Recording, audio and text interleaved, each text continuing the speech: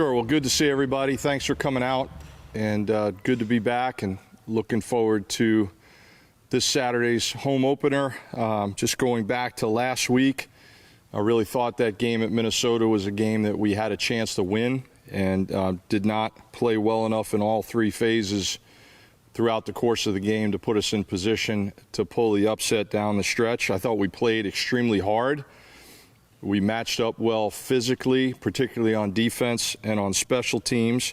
At times, we definitely struggled to block them relative to our offensive line and tight ends in their defensive front. But the bottom line was we didn't execute well enough on offense, particularly in the first quarter and the fourth quarter.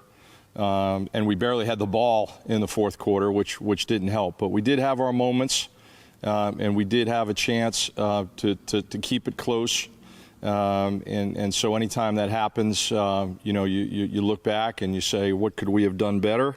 We definitely had opportunities to stay on schedule and stay on the field. At times we just didn't execute well enough and make good enough decisions. And I felt like all night long we put our defense on short fields.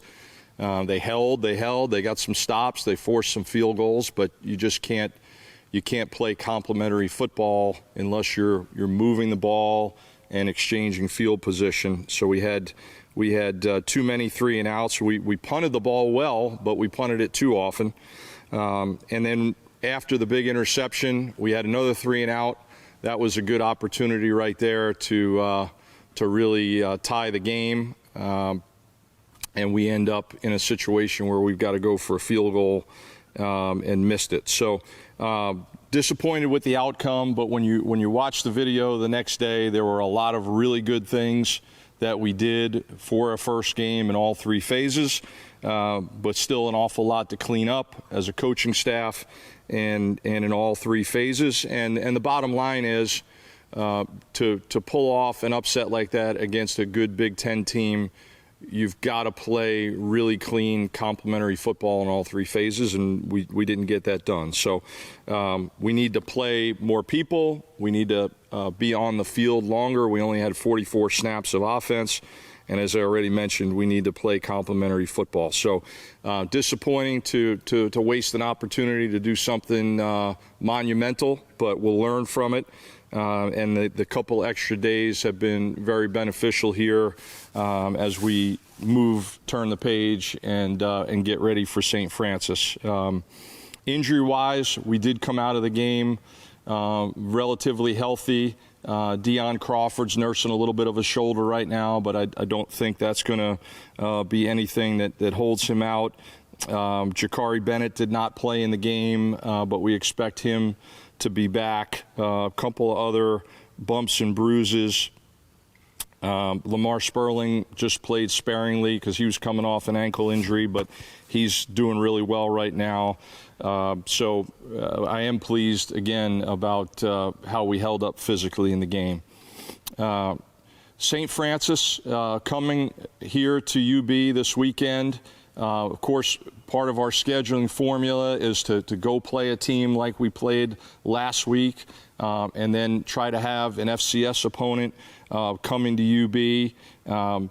Up until last year, UB had struggled at times with opponents just like St. Francis, and we certainly didn't take anything for granted when Lafayette came in here last year, and we certainly won't take anything for granted when St. Francis comes in this Saturday. And whoever we're playing, the focus is always on us first and foremost. Yes, there are going to be nuances to the plan and different ways that you're going to try to attack that opponent based on their personnel and what they do.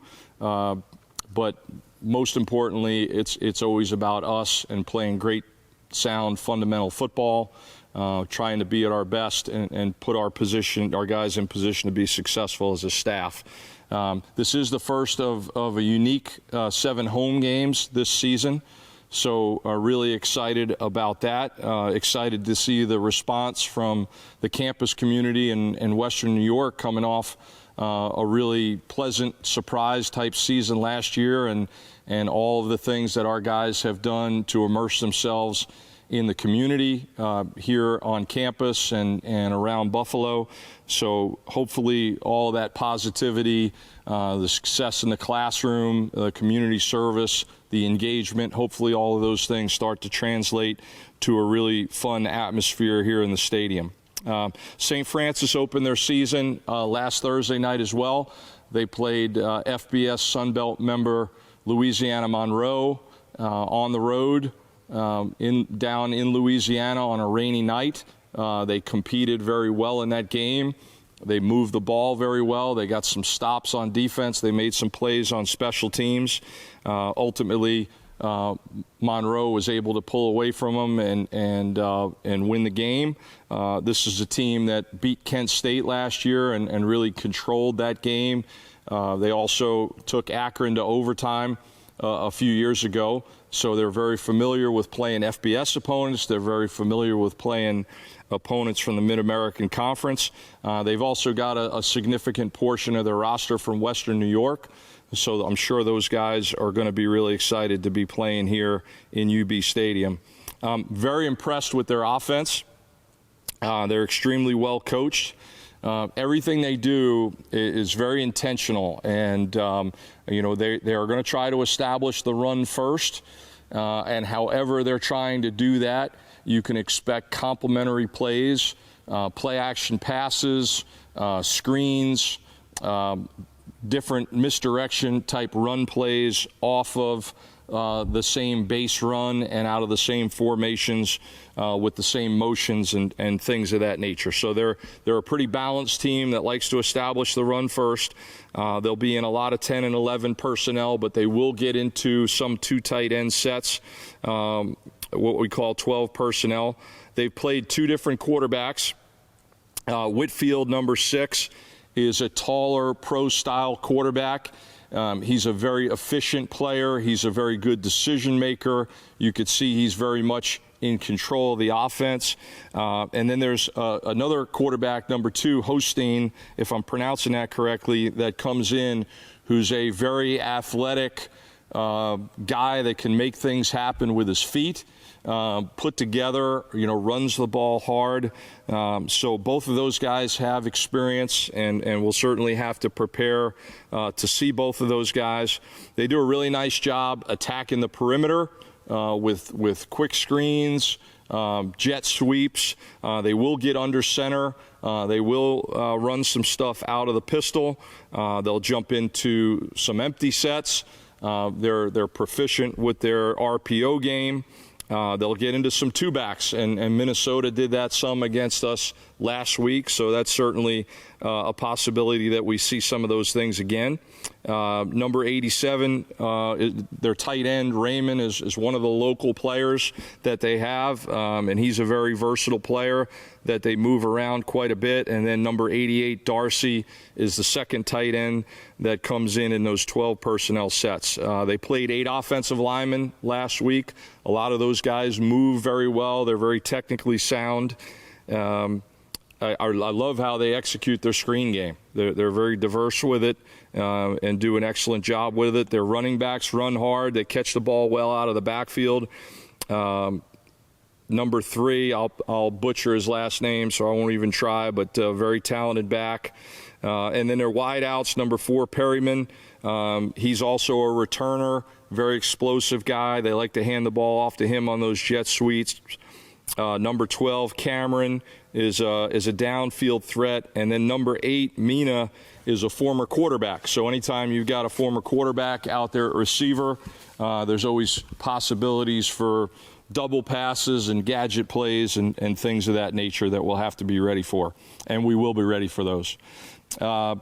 Defensively, they are a 4-down, 1-high team. They like to play a lot of man coverage, sometimes 3-deep coverage. I think they run very well. They pursue well. They track the ball very well. They fit things well on the interior and on the perimeter.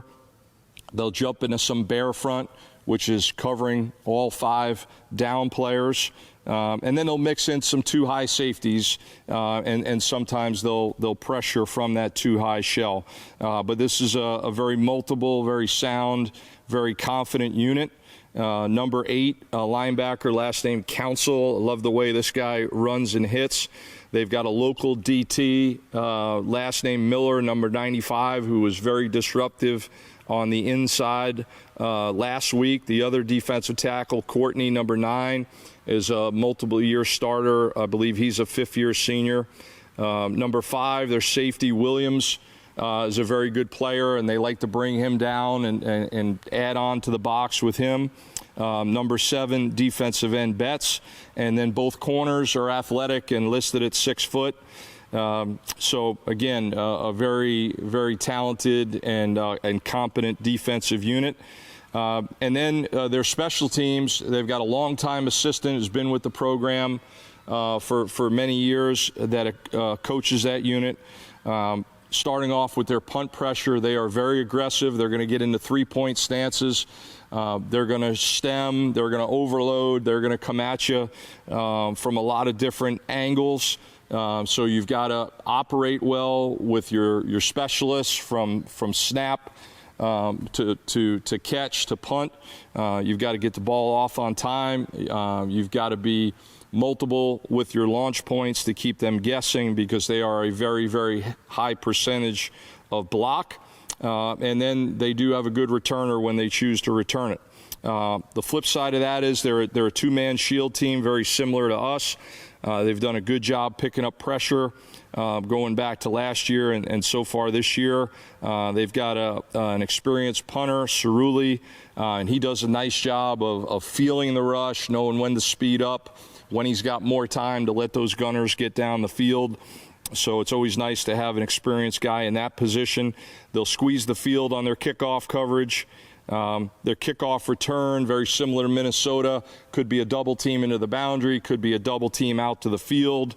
It's definitely an emphasis for them. They had a return for a touchdown last year against Central Connecticut.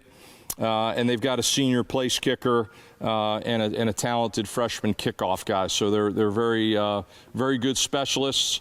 And those guys performed well last week. So certainly expecting a big challenge coming in here, and we've got to have a great week of practice to get ready. What did you like, or how would you assess the offense in the first game? And you mentioned doing good things in all 3 phases. What were some of those good things on the offensive side of the ball? I would say that we were persistent offensively. That would be probably the best thing I could say. I thought as the game went on, we held up a little bit better in pass protection, but we were not able to establish the run.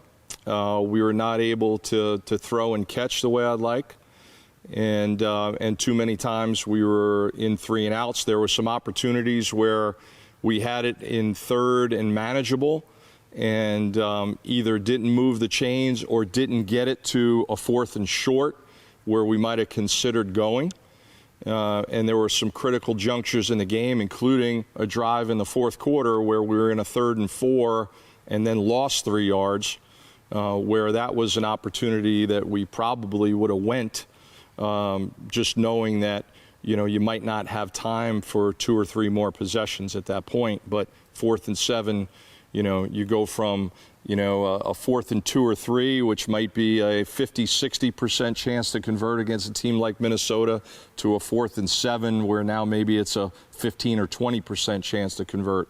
So those are big swings. They might not seem like huge things, but 3 or 4 yards here and there and staying on schedule against a team like Minnesota would have been huge last week, and we were not able to get that done consistently enough. The struggles you did have, how much do you think was your own execution versus the difficulty of the match? Time will tell.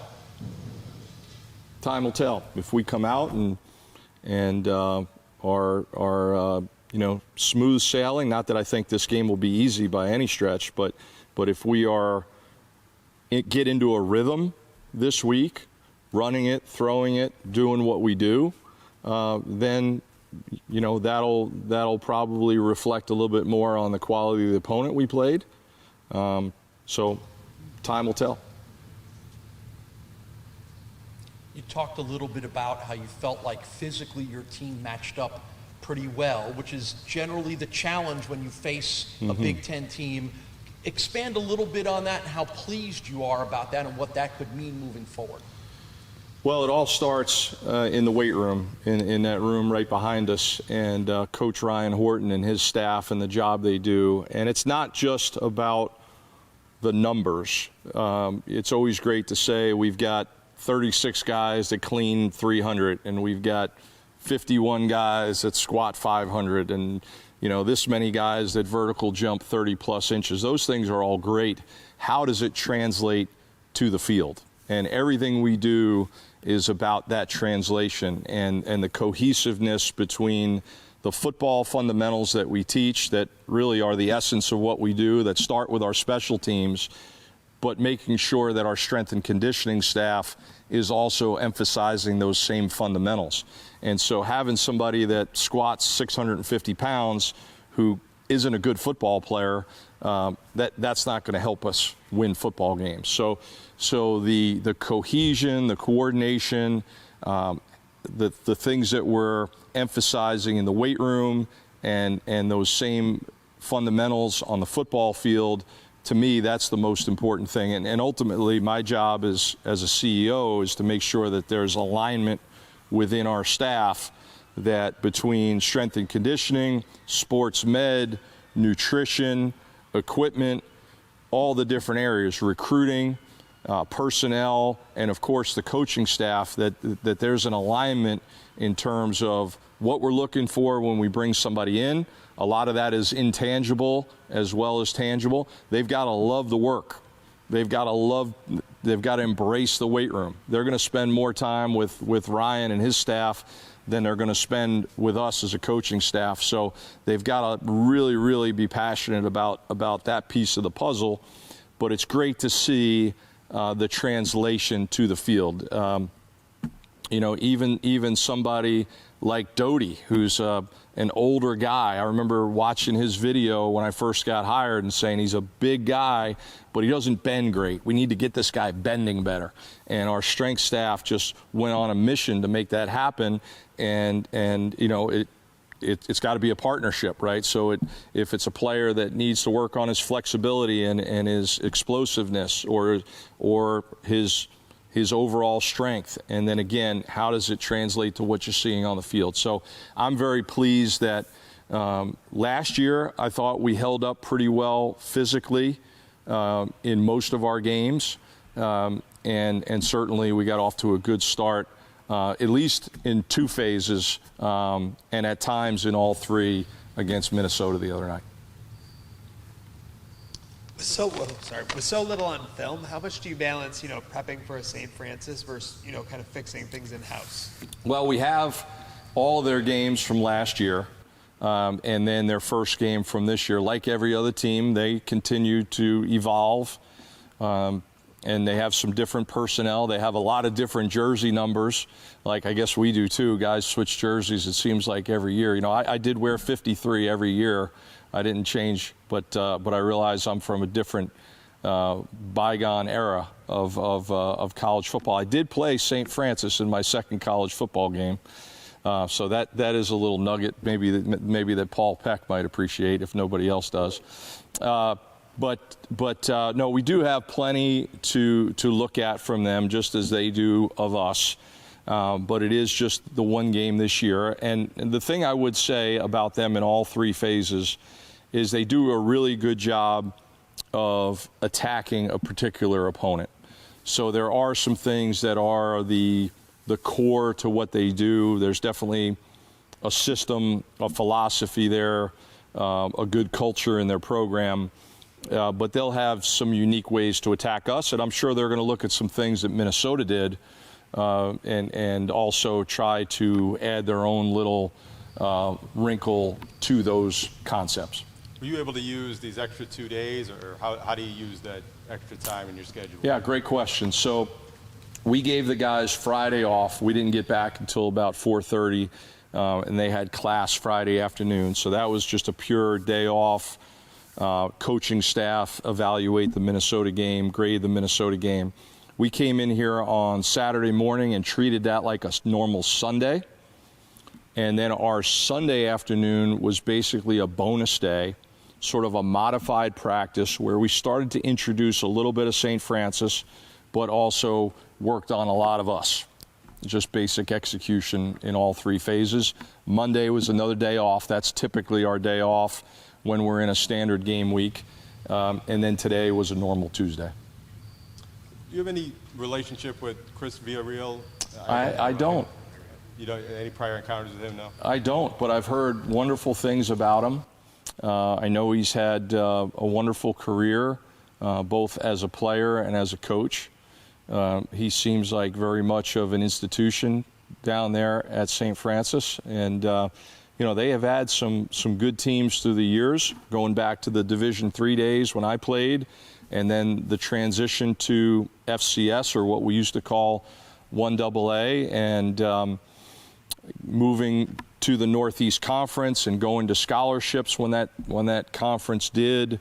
That was right around the end of my time at Lehigh, and you could see those teams from the Northeast Conference starting to bring in some really good players. In fact, my first year at South Carolina, we took a couple transfers from St. Francis, and both of those guys played a lot of football for us. So, we're a respect all, fear none type operation here, and we know full well that this team is capable of coming in here and playing well and beating us if we're not at our very best. He's coaching against his alma mater. Have you ever been in a position like that? Or what do you think? How does that play into? So, Georgetown. My first game at Lehigh was on the roof at Georgetown, coaching against my alma mater. It's a pretty cool deal. What's that like as a coach when you're in that kind of situation? Yeah, it's all business. It's all business. You can't get emotional about those things. It's because that can just jade your decision making if you let it. So rivalry games, right? At Lehigh we had Lafayette, and at Elon, Furman became a big rival, and of course, at South Carolina you had Clemson. But if you get overly emotional about those games and you approach them any different than any other, I don't know that you can be at your best as a coach. So he's a pro. He's got a ton of experience, and I'm sure this will be business as usual for him. Coach, I know you're probably excited to get back out in front of these fans, but when it comes to this new scoreboard, are you expecting them to be entranced by its beauty or blinded by its majesty? Do you mean our players or the fans? Everybody, the community. Oh, well, it's a wonderful scoreboard, and I'm very grateful that we have it. And I know it's something that the fan base has been looking forward to for a long time. So hopefully we're doing enough exciting things on the field that they're interested in what's going on the field, and then they'll get some great replays up on the scoreboard, and hopefully we've got some other interesting stuff to include up there. I'm never short on marketing ideas myself, so I might have an idea or two to throw in there. But we're grateful to have it, and look, it's an expectation in this day and age, right? We're a society that loves our technology and getting instant feedback on things, and so I'm sure that'll add a lot to the game day experience. And I'll be focused on what's going on the field, but even I will be occasionally looking at it for a good view of a replay.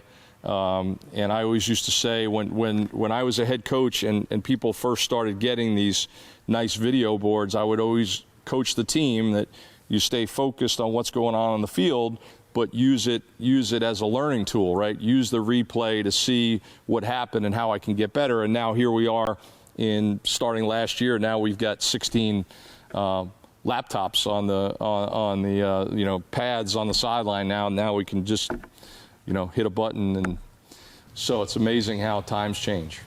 If you could screen one movie on the scoreboard, what would it be?